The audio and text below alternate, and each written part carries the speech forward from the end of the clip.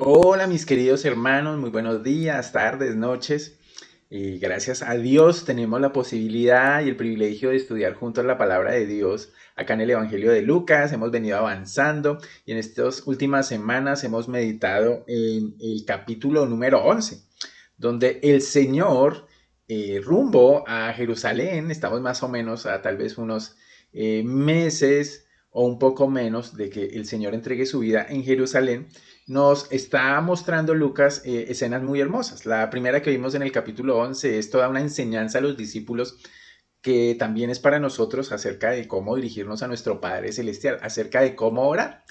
Y Lucas nos permite hace unas semanas entrar a una escena, digámoslo así, fuerte, donde el Señor, que estaba echando un demonio a un hombre que nos dice Lucas que era mudo, después de que sale el demonio, el mudo habla y pues la gente se maravilla.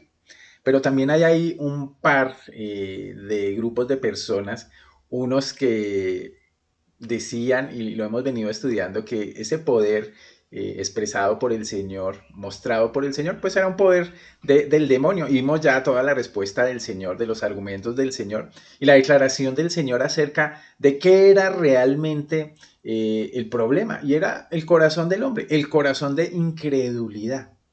También hay una respuesta y es la que vamos a empezar a ver hoy, que es contra otras personas que dice que para tentarle le pedían una señal del cielo.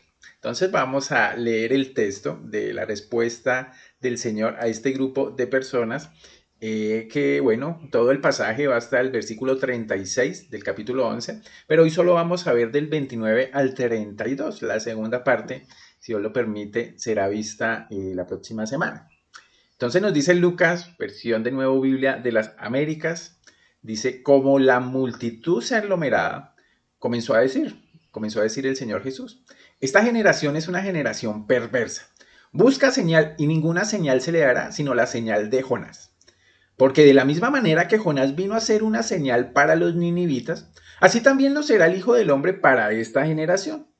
La reina del sur se levantará en el juicio con los hombres de esta generación y los condenará, porque ella vino desde los confines de la tierra para oír la sabiduría de Salomón. Y mirad, algo más grande que Salomón está aquí. Versículo 32. Los hombres de Nínive se levantarán en el juicio con esta generación y la condenarán, porque ellos se arrepintieron con la predicación de Jonás. Y mirad, algo más grande que Jonás está aquí. Mis queridos hermanos, que el Señor bendiga su santa palabra y que esta palabra pues penetre a nuestros corazones a través del poder del Espíritu Santo. Y aquí vemos de nuevo una escena de incredulidad, de personas que se niegan a ver pues finalmente la realidad. Porque fíjese que Jesucristo nos permitió, y es lo que hemos visto, lo que nos ha narrado Lucas, ver su carácter, ver su sabiduría, ver su poder, ver su autoridad en sus palabras, también en esas propias obras de Jesús que señalaban que quién era él, que él era el Mesías prometido en el Antiguo Testamento. Pero aquí el Señor Jesucristo a través de Lucas nos centra en una generación de su tiempo muy amplia de muchas personas en sí mismo que representaban a todo el pueblo, que se negaron a ver las evidencias acerca de quién era Jesús. Y fíjese que esa oposición, hemos visto, fue aumentando a medida que el ministerio del Señor Jesucristo avanzaba, por lo que el Señor hacía, por lo que el Señor decía, por de alguna manera él como retaba a la mente judía finalmente a evaluarse si lo que hacían religiosamente hablando estaba bien. Así como la oposición aumentó, los fariseos y los saduceos cuestionaban a Jesús, no por hacerlo malo, con honestidad no lo podían acusar de nada, sino porque el Señor Jesús, según ellos, violaba sus propias normas, el día de reposo, violaba de alguna manera lo que ellos pensaban sobre la pureza y la contaminación, toda una serie de cosas que finalmente no tenían fundamento bíblico en ese momento. Y al mismo tiempo, fíjese que Jesús denunciaba que todo este grupo de dirigentes pues eran hipócritas, eran falsos, y los confrontaba a veces con mucha dureza, y fue acrecentándose la dureza del Señor hasta, por ejemplo, Mateo 23, él denuncia su mentira y su hipocresía pues de manera directa, sin darle vueltas al asunto. Y esa dureza finalmente, ¿de dónde partía, mis hermanos? De la incredulidad. El Señor Jesucristo, fíjate que fue misericordioso, amoroso, y vemos varios casos con la mujer samaritana, la mujer en adulterio, con hombres que le buscaban. El Señor los confrontaba, pero los confrontaba con misericordia, porque sabía, como el Señor Jesucristo lo hemos estudiado, que eran ovejas sin pastor, y se compadecía de ellas. Pero como decimos, Él era muy fuerte con todos esos que estaban alrededor suyo. Aquí hay una multitud y estaban ignorando las múltiples señales que hacía Jesús. Ellos no tenían excusa y de algún modo pedían más luz cuando su problema no era falta de luz, porque el Señor traía mucha luz. El problema estaba más bien en su visión espiritual. No eran sensibles a la luz que traía Jesús. Y lamentablemente pues es algo que sigue ocurriendo, mis hermanos. Hoy la palabra de Dios es una luz para este mundo. La palabra de Dios completa, plena, suficiente, es una luz, y muchos, a pesar de que tienen el Evangelio a través de la palabra de Dios, no lo aceptan y recurren a las fábulas. Que recuerde por allá en el libro de Juan capítulo 9, después de que el Señor cura a un ciego de nacimiento, el Señor le dice en Juan 9:39, el Señor le dice, lo voy a leer en una traducción viviente que me gusta mucho como lo plantea. Dice, yo entré en este mundo, habla el Señor Jesús, para hacer juicio, para dar vista a los ciegos y para demostrarle a los que creen que ven que en realidad son ciegos. Eso se lo dice al hombre ciego que finalmente creyó, al hombre ciego que fue curado pero finalmente creyó. Versículo 40. Algunos fariseos que estaban cerca lo oyeron y le preguntaron, ¿estás diciendo que nosotros somos ciegos? Y el Señor responde, si fueran ciegos no serían culpables, pero siguen siendo culpables porque afirman que pueden ver. Y esta es una hermosa ilustración para que arranquemos mirando que el Señor aquí va a ser muy claro en el juicio contra todas esas personas que rechazaron la luz del Señor Jesucristo, que rechazaron las señales claras, legítimas, que respaldaban sus palabras, que rechazaron la misma palabra del Señor, y esa luz, esa revelación que todo Israel había anhelado por siglos, que ahora tenían, finalmente la rechazaron. Tal vez si usted quiere ponerle un título a esta enseñanza, podría ser el juicio sobre una generación incrédula. Quiero que veamos ahí tres cosas. La primera es la incredulidad declarada, la segunda es la incredulidad confrontada y la tercera es la incredulidad condenada. Entonces empezamos hablando sobre la declaración del Señor Jesucristo sobre la incredulidad. Él va a señalar la incredulidad de este grupo de personas. Versículo número 29 dice, como la multitud se aglomeraba, comenzó a decir, esta generación es una generación perversa. Y mis hermanos, lo que hace Lucas es señalarlos que Jesús hace esta declaración a todos los que estaban ahí, y cuando dice comenzó a decir, nos insinúa que lo hacía una y otra vez, no fue solo una vez. Y más personas se reunían a ver cómo el Señor estaba acusando a toda una generación, a todo un grupo de personas que tenían una característica. Todas ellas estaban viendo a Jesucristo en ese momento. Todas ellas estaban oyendo a Jesús. Esas personas que tuvieron ese privilegio mientras el Señor estuvo aquí en la tierra, y especialmente durante los 3 años de su ministerio, pues tenían una responsabilidad porque no les había sido dada esa luz a todo Israel.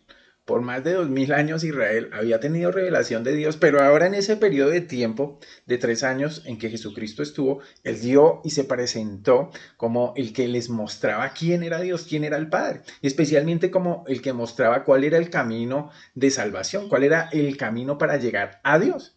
Entonces era una responsabilidad muy grande. ¿Y de qué manera los califica el Señor? El Señor los califica como una generación perversa, imagínense, perversa. Una generación mala, dice la Reina Valera.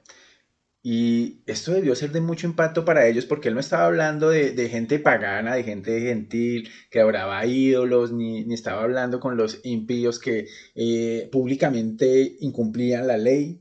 se estaba refiriendo a los religiosos, a los morales, a las personas que decían conocer a Dios y esas personas pues estaban dedicadas casi de modo fanático, muchas de ellas, a guardar los preceptos de la ley en sus propios términos, muchas veces, en su propia tradición. Y una ilustración de eso pues es, por ejemplo, el apóstol Pablo. A eso estaban dedicadas estas personas. ¿Y qué hacían? Fíjate que esa generación perversa se caracterizaba porque buscaban señal. Ya vimos en el versículo 16 que todos estaban pidiéndole más señales al Señor Jesucristo. Y el Señor Jesucristo claramente dice, oiga, ninguna señal va a ser dada, sino la señal, ninguna señal se le hará, sino la señal de quién, de Jonás. Y vamos a ver eso más adelante. Y el Señor los confronta claramente con eso porque el Señor ya había declarado, oiga, los que están sanos no tienen necesidad de médico, sino ¿quiénes? Los enfermos. Y el Señor dice en el libro de Lucas 5, no he venido a llamar a justos, sino a pecadores al arrepentimiento. Entonces, el Señor está confrontando a las personas con su propio corazón, está confrontando a las personas con su propio pecado, y es lo que finalmente hace el Evangelio, porque estos individuos, hermanos, al ser firmemente religiosos, confiaban en su propia justicia, confiaban en lo que hacían, confiaban en que tenían el favor de Dios. Estaban muchos de ellos engañados en que Dios aprobaba lo que hacían. Y el mensaje del Evangelio acerca de las personas es que los pecadores necesitábamos es misericordia del Señor. Todos somos pecadores, no hay ninguno bueno, dice Romanos 3.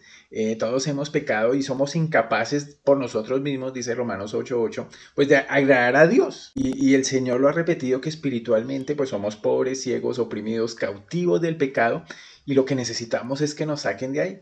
Pero la primera condición del Evangelio es que la salvación no viene por los méritos humanos, sino viene por la fe en Jesucristo, la fe en el perfecto Señor y reconocer eso requiere humildad que finalmente llega al arrepentimiento y humildad en el sentido más literal de reconocer lo que somos y reconocer lo que es el Señor Jesucristo. Y lamentablemente estos religiosos no tenían esa característica. Y ellos por el contrario, ¿qué le están diciendo al Señor Jesús? Mira, lo que tú has hecho y lo que tú dices no es suficiente para que nosotros te creamos. Necesitamos y te demandamos una señal. Y esa demanda de una señal, mis hermanos, es solo una máscara a la realidad pues, de su propio corazón. Ellos estaban buscando cómo satisfacer sus propios deseos a través de lo que pudiera hacer Jesús. Estaban buscando, oiga, ¿qué puedo yo sacar de Jesús? De pronto, Él hace un milagro espectacular para que todos nos llenemos de dinero, o para que yo nunca me vuelva a enfermar, o para que el Señor haga una otra cosa que me convenga a mí en mis propios deseos. Y lamentablemente, mis hermanos, la generación actual no es tan distinta. Hoy muchos buscan y muchos también podemos ser tentados a buscar milagros para crecer, para creer o para crecer o para permanecer. Y puede caer el peligro de no, aún nosotros como creyentes no conformarnos con la luz que nos está dando el Señor Jesucristo a través de la Sagrada Escritura. Muchos buscan revelaciones, muchos buscan experiencias, muchos están buscando de alguna manera terapias, muchos están buscando todas estas cosas fuera de la luz de la palabra de Dios para crecer. Y ese es un peligro, no solamente que corre el incrédulo, que está buscando en religiones, en filosofías, en sectas, en cantidad de cosas, espiritualidad. Cuando la única espiritualidad que nos ofrece el Señor Jesucristo es a través de Él, por medio de su palabra. Y muchas veces nos podemos centrar en orar por esas cosas. Y aún las personas que no conocen a Dios, muchas de ellas son muy religiosas. Y buscamos tal vez hasta milagros espectaculares conforme a nuestros propios intereses. Y lo que está diciendo aquí el Señor es que ustedes no necesitan mal señal. La luz ya ha sido dada. Y si lo aplicamos a nosotros, mis hermanos, no necesitamos más sino la palabra de Dios y lo que hace el Espíritu Santo a través de la palabra de Dios en nosotros. Estamos estudiando la segunda epístola de Pedro y empezamos hablando en segunda de Pedro 1:3, de que como todas las cosas que pertenecen a la vida, a la piedad, nos han sido dadas por su divino poder, mediante el conocimiento de aquel que nos llamó por su gloria y excelencia. En otras palabras, nos está diciendo, mire, ustedes tienen todo lo suficiente para crecer en su vida como creyentes. Todas las cosas ya les han sido dadas, todas las herramientas, y esas herramientas Pedro va a decir que vienen por el conocimiento, la profundización y la experiencia, la obediencia de la palabra de Dios. Recuerde que terminábamos la semana pasada hablando de que finalmente el Señor está diciendo la característica de los creyentes es los que oyen la palabra y la ponen en práctica. Esos son no los que desparraman, sino los que edifican, los que cosechan con el Señor Jesucristo. Y que esa es la gran diferencia que él hacía en estos versículos entre los creyentes y los no creyentes. Y fíjese que estas personas que fueron muy privilegiados vieron lo que muchos anhelaron bien, pero fíjate que no aceptaron las señales. Para ellos no fue suficiente que el Señor hablara lo que hablaba, que el Señor hiciera revelaciones espectaculares aún de quién era Él, de su deidad, de su poder. Y hasta lo acusaban de que ese poder venía de Satanás y eso el Señor explicó y lo estudiamos que eso no tenía de ningún modo, no tenía sentido, no tenía ningún sentido. Pero fíjese que el Señor les va a hablar aquí de la señal de Jonás. Jonás, este personaje tan precioso del Antiguo Testamento. El Señor en el Evangelio de Mateo explica mucho esa señal. La generación en Mateo 12, 39 y 40, la generación mala y adúltera demanda señal, pero señal no les será dada sino la señal del profeta Jonás. ¿Cuál era la señal del profeta Jonás? Porque como estuvo Jonás en el vientre del gran pez 3 días y 3 noches, así estará el Hijo del Hombre en el corazón de la tierra 3 días y 3 noches. Entonces, esta historia de Jonás, ese poco dispuesto profeta de una pequeña aldea cerca de Nazaret, era bien conocida por todo el mundo, por todos los oyentes de Jesús. Había sido enviado por Dios para ir a Nínive, ¿para qué? Para proclamar un juicio inminente. Y en vez de eso, pues el hombre huye en dirección opuesta, toma un barco para Tarsis. Todas las cosas, de alguna manera, Dios las está controlando. Y él interviene, levanta pues la tormenta y Jonás reconoció que su desobediencia pues era la causa de la tormenta, por lo que, bueno, pide a los marineros que lo arrojen por la borda y el mismo Dios provee una enorme criatura para que se tragara al profeta rebelde. Bueno, el hombre finalmente es vomitado por el pez y ahora sí va a Nínive y predica la palabra y muchos se arrepienten y se someten, se convierten al Señor Jesús. Entonces, en paralelo con Jesucristo, fíjese que ambos proclaman juicio, ambos buscaron el arrepentimiento. Aunque Jonás fue tragado por una criatura mortal, Jesús en un sentido es tragado por la misma muerte, por la misma tumba. Jonás fue milagrosamente liberado de la muerte segura que tendría en ese gran pez, pero Jesús literalmente fue levantado de la muerte, fue levantado entre los muertos. Y esa liberación de Jonás de las garras de la muerte, pues lo condujo a ese ministerio grande y poderoso allí con los ninivitas, así como la resurrección del Señor era la marca, la sentencia final, la señal principal de quién era él. Y en eso, fíjate que dice Pedro, que reconocemos la deidad del Señor. Si la resurrección no es cierta, la resurrección de Jesús y la nuestra, paga y vamos, nos dice Pablo a los Corintios. Entonces esa gran señal de la resurrección, ellos la verían. ¿Qué pasaría al final? Pues fíjate que el Señor va a confrontar con esta realidad aquí en el versículo número 30 a todas estas personas. Y es lo que vamos a ver en este segundo punto, la incredulidad confrontada. Entonces aquí en el versículo 30 el Señor Jesucristo nos va a decir, porque de la misma manera que Jonás vino a ser una señal para los ninivitas, así también lo será el Hijo del Hombre para esta generación. Y esta incredulidad la está confrontando el Señor, porque después de 3 días que Él volvió, no simbólicamente, sino realmente de la muerte, Él también demandó una respuesta de toda esta gente, de todas estas personas. Si usted mira aquí en el libro de Mateo capítulo 28 del 11 al 15, mientras ellas iban, las mujeres que habían reconocido la resurrección, he aquí unos de la guardia fueron a la ciudad y dieron aviso a los principales sacerdotes de todas las cosas que habían acontecido. Y reunidos con los ancianos y habido consejo dieron mucho dinero a los soldados diciendo, decid vosotros, sus discípulos vinieron de noche y lo hurtaron, estando nosotros dormidos. Y si esto lo oyere el gobernador, nosotros le persuadiremos y os pondremos a salvo. Y ellos tomando el dinero hicieron como se les había instruido. Este dicho se ha divulgado entre los judíos hasta el día de hoy. ¿Cuál fue la respuesta al ver la señal de la resurrección? Mis hermanos, la respuesta fue negarla, la respuesta fue esconderla, la respuesta fue hacer aún más pecados, sobornar a estos hombres, mover todas sus influencias para tratar de ocultar la señal de la resurrección.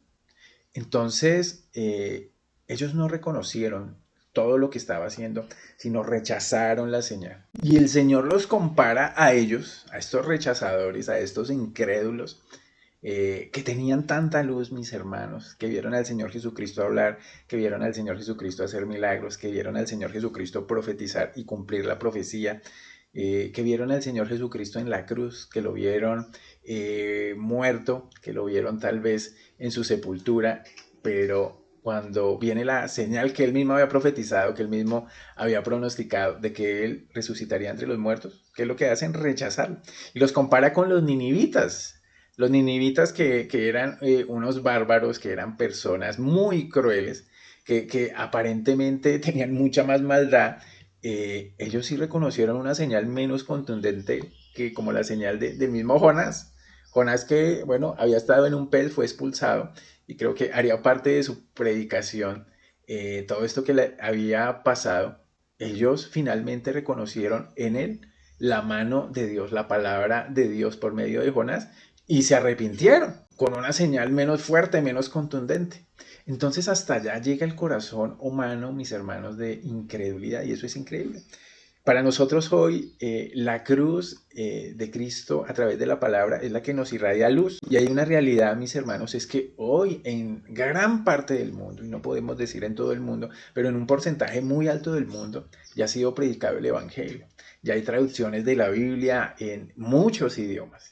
Y aunque faltan algunos, la gran mayoría del mundo, y qué decir del mundo occidental, tiene la palabra de Dios a su disposición. Eso nunca había pasado en la historia. Pero el mundo en su gran mayoría lamentablemente rechaza. Buscan lo que ofrece el Señor Jesucristo.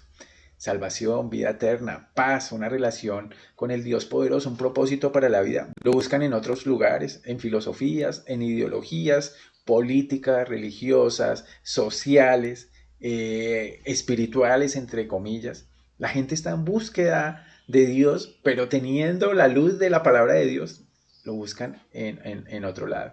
Teniendo el Evangelio y todo lo que Él ofrece, buscan el otro lado.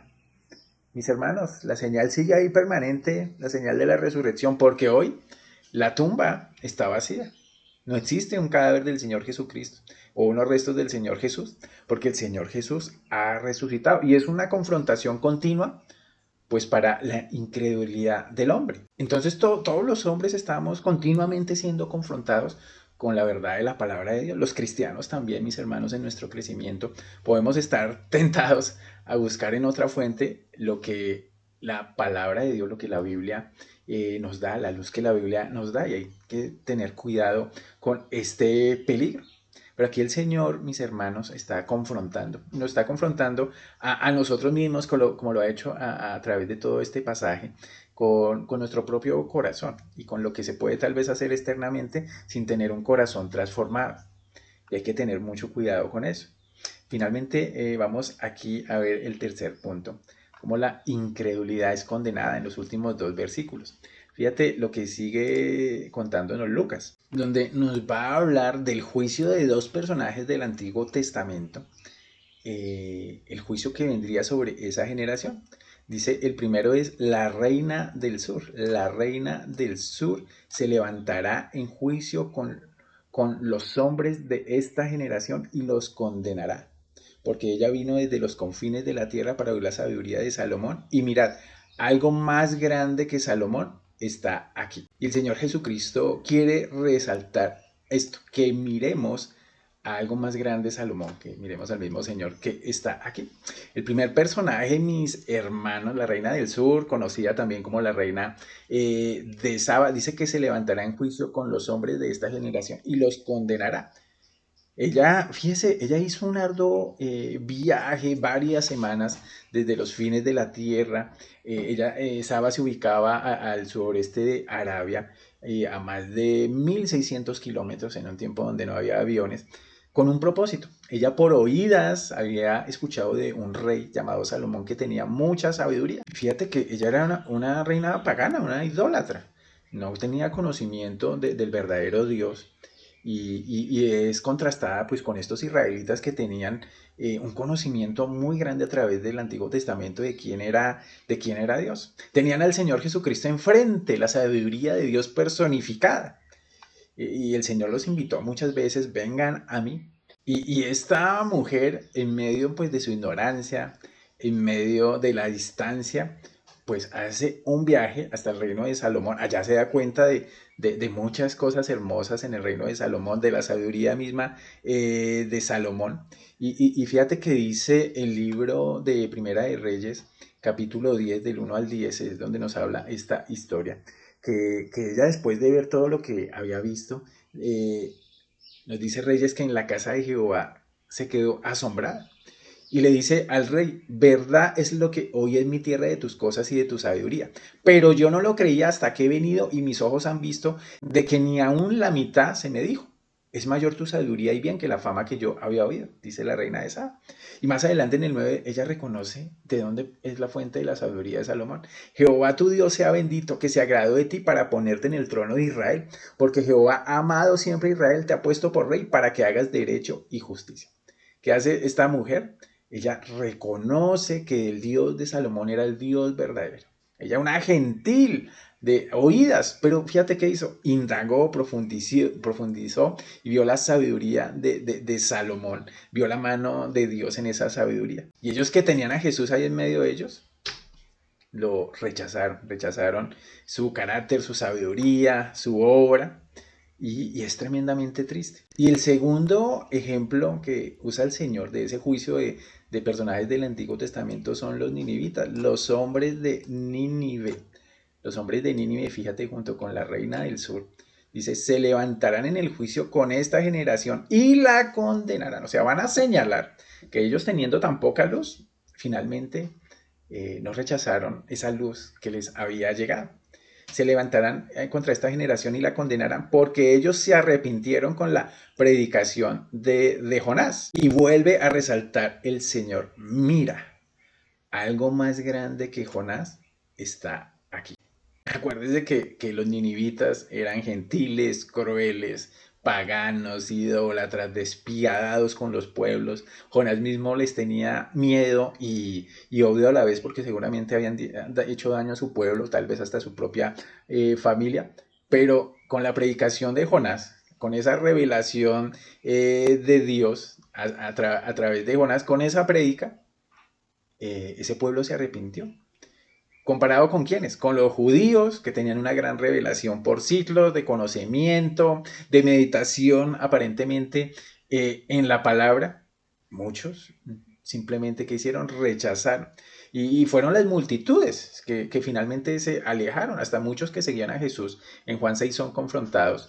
Y finalmente como que vieron, bueno, Jesús no es todo lo que esperábamos, nos vamos a alejar de él. Y el Señor confrontó a los discípulos más cercanos, les dijo, ¿ustedes también se quieren ir? Pedro se levanta y dice, Señor, ¿a quién iremos? Solo tú tienes palabras de vida eterna. Y lamentablemente, fíjese que toda esa generación se quedó sin el perdón de Dios. Y recibieron, por el contrario, el juicio de Dios. Fíjese que tanto la reina del sur como los hombres de Nínive estarán en ese juicio donde se condenará, donde vendrá el juicio del Señor de condenación sobre esta generación, bueno, y sobre toda generación que no haya escuchado la palabra de Dios, ya fuera más luz o menos luz, más revelación o menos revelación, todos los hombres somos responsables delante del Señor por lo que Él nos ha revelado. Y observemos aquí que el Señor le dice a esta generación y también a nuestra generación, mirad algo más grande que Salomón está aquí, mirad algo más grande que Jonás está aquí. Mis hermanos, eso nos llama a tener puestos los ojos en Jesús. Y a que tanto creyentes como no creyentes miremos a Jesucristo como el único camino, la única verdad y la única vida. En el único que finalmente hay vida eterna, hay plenitud de gozo, es en que miremos al que es más grande que Salomón, el que es más grande que Jonás y que vino a dar testimonio del Dios Todopoderoso entre nosotros. Mis hermanos, y terminemos con algunas conclusiones, también con cara de aplicación para nosotros. Fíjense que la primera que nos llevamos es que entre más luz tenemos, entre más revelación del Señor, más responsabilidad tenemos con el que da la luz. Y esa es una realidad que vemos aquí evidente para estas personas, pero también para nosotros. Entre más el Señor sea revelado a nosotros, tenemos más responsabilidad en oír y en hacer lo que el Señor nos ha llamado a hacer. La segunda, mis hermanos, es que la revelación de Dios hoy día, que el Señor Jesucristo no habita entre nosotros, que intercede, que está en el cielo haciendo su obra sacerdotal, hoy día, fíjate que esa revelación y esa luz viene por medio de la palabra. Y la palabra es suficiente. Estos 66 libros inspirados por el Señor son el canon completo, la revelación completa y suficiente para nosotros hoy de lo que el Señor quiere que nosotros sepamos, que nosotros conozcamos, que nosotros experimentemos, que nosotros disfrutemos. Entonces, buscar más revelación, una experiencia superior, un conocimiento diferente al que está en la Biblia, mis hermanos, no es el camino para nosotros y mucho menos para las personas que quieren conocer a Jesús. Es el evangelio de que Cristo murió y resucitó, de que Cristo murió y ahora vive para siempre. Murió por nuestros pecados y vive para siempre. La tercera es que, mis hermanos, somos una generación privilegiada. De los que hablamos hoy tenían el privilegio de conocer a Jesucristo directamente, de oír su voz. Pero hoy tenemos aún más privilegio, mis hermanos, porque tenemos la palabra, que es suficiente, autoritativa, algo muy importante que está en nuestro idioma, que es asequible, que es prácticamente gratis, que conocemos las Biblias en traducciones en muchas versiones literales, unas más expresivas. Mis hermanos, es asequible para nosotros y somos entonces responsables de escudriñar profundamente la palabra de Dios, de aplicarla profundamente. Hoy tenemos como regalos de Dios personas que nos enseñan la palabra, que nos explican la palabra en nuestro idioma. Y eso es un privilegio, mis hermanos, que debemos agradecer y a la vez aprovechar y por ese privilegio daremos cuenta. Otra aplicación como conclusión es que nuestro deber es responder con fe y no con incredulidad. El llamado del Señor ante tanta luz que tenemos es que respondamos y miremos a Cristo y respondamos con fe y saquemos la incredulidad de nuestro corazón en muchas áreas en las que tal vez hoy todavía somos incrédulos. Porque finalmente la incredulidad trae el juicio de Dios, mis hermanos, lo vemos en el texto. Trae el juicio de Dios para el que no cree en Jesucristo y es un pecado imperdonable el no creer en Jesucristo. El que no cree en Jesucristo, el que no tiene al Hijo, no tiene la vida y morirá en sus pecados. Y para nosotros los creyentes también trae disciplina de Dios el no creer en su palabra y no descansar en su palabra y no depender de su palabra para conocer y experimentar profundamente en intimidad al Señor Jesucristo. Entonces, mis hermanos, el Señor nos ha enseñado hoy ese juicio sobre una generación incrédula.